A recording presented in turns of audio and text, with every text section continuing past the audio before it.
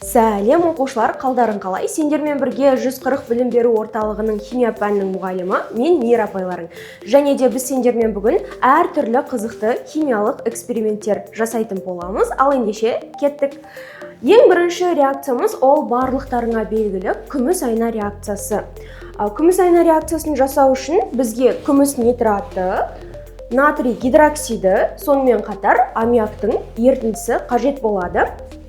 Ең бірінші сынауымызды алып, сынауға күміс нитратының ерітіндісін құямыз. Одан кейін күміс нитратының үстіне натрий гидроксиді ерітіндісін қосамыз. Сол кезде бізде екеуінің арасында реакция жүреді де аргентум оксиді тұнбасы пайда болады. Неке бізде тұнба пайда болып жатыр. Қоңыр түсті. Бұлай бір қарайтын болсақ, лайға ұқсайды, лайлы тұнба. Ары қарай бұл тұнбаның үстіне тұнба толықтай еріп кеткенше аммиактың ерітіндісін қосамыз. Бұл бізде аммиактың 10% ерітіндісі аптекада мүсәтір спирті деген атаумен сатылады. Ал ендеше үстіне аммиактың ерітіндісін қосайық. Сол кезде бізде тұнба толықтай еріп кетуі қажет. Тұнбамыз жайлап еріп жатыр. Толықтай ерігенше тамшылатып қоса береміз. Кішкене араластырып жібереміз.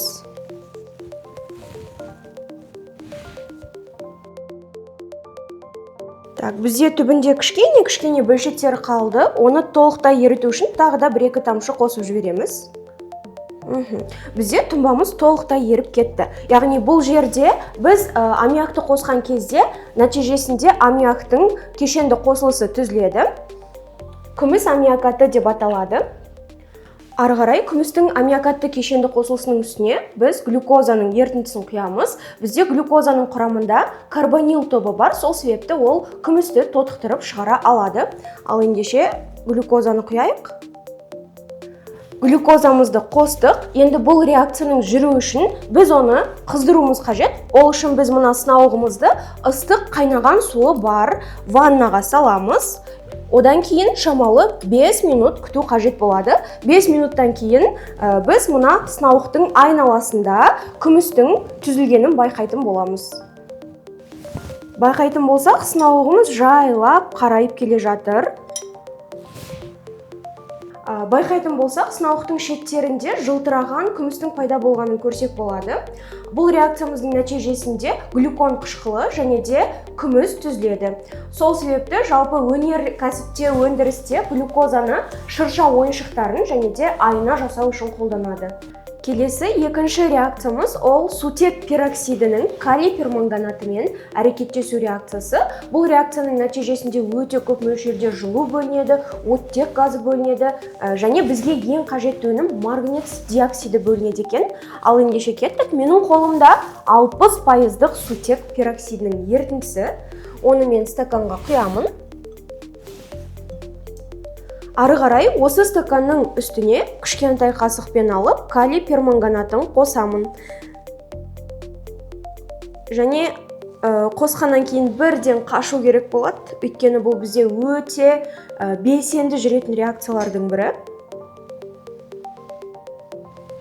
1, 2, 3.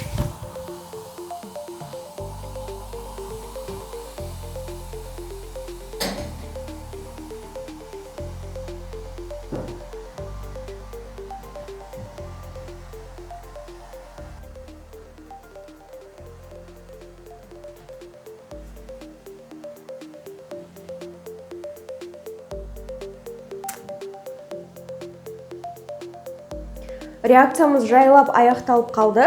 Бұл реакцияның нәтижесінде көріп отырғандарыңыздай қоңыр түсті бізде қосылыс пайда болып жатыр. Бұл қоңыр түсті қосылыс бізде марганец диоксиді.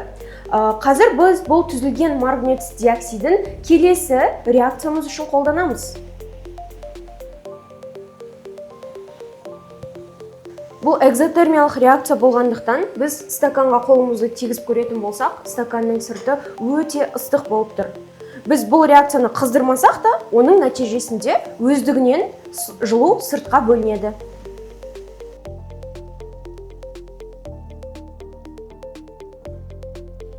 Мінекей реакциямыз аяқталды. Көріп отырғандарыңыздай түбінде бізде қоңыр түсті сұйық зат қалды. Бұл бізде тұнба, марганец диоксиді. Ары қарай біз реакциямызды жалғастырамыз. Осы марганец диоксидінің үстіне ыдыс жуғыш сұйықтықтан аздаған мөлшерде қосамын.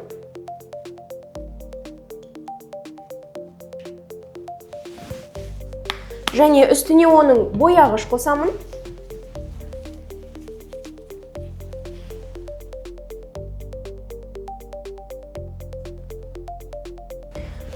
Үстіне тағы да оның сутек асқын тотығын қосамыз, яғни сутек пероксидін қосамыз.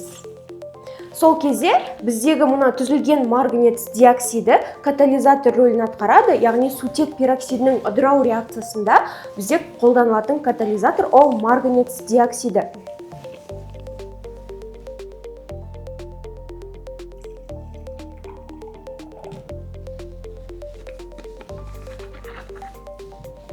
Реакциямыз жылдамырақ жүру үшін оның үстіне тағы да құрғақ күйдегі марганец диоксидін қосып жіберуімізге болады. Сол кезде бұл реакция тіпті одан да тезірек жүретін болады.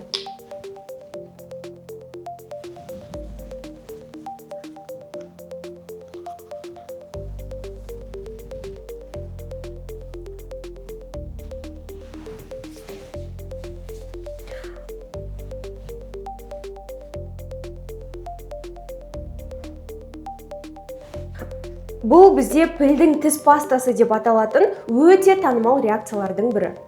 Бізде қазір бөлініп жатыр көп мөлшерде оттек, ал ол оттек бізде көпіршік күйінде жаңағы ыдыс жуғыш сұйықтығымыз арқылы осылай үлкен мөлшерде көпіршік болып бөлініп жатыр.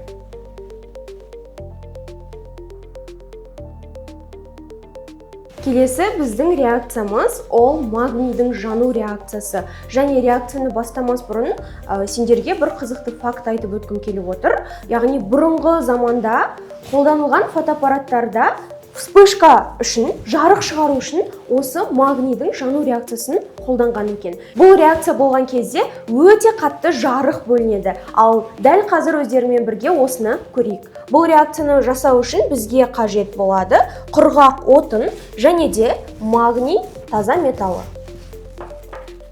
Ең бірінші құрғақ отынымызды жағып аламыз.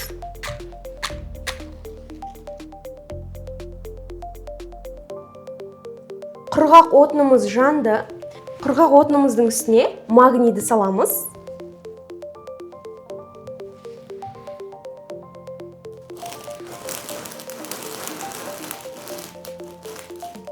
Осы реакцияны көргеннен кейін магнийдің қалай жанатынын ұмытпайсыңдар деп ойлаймын.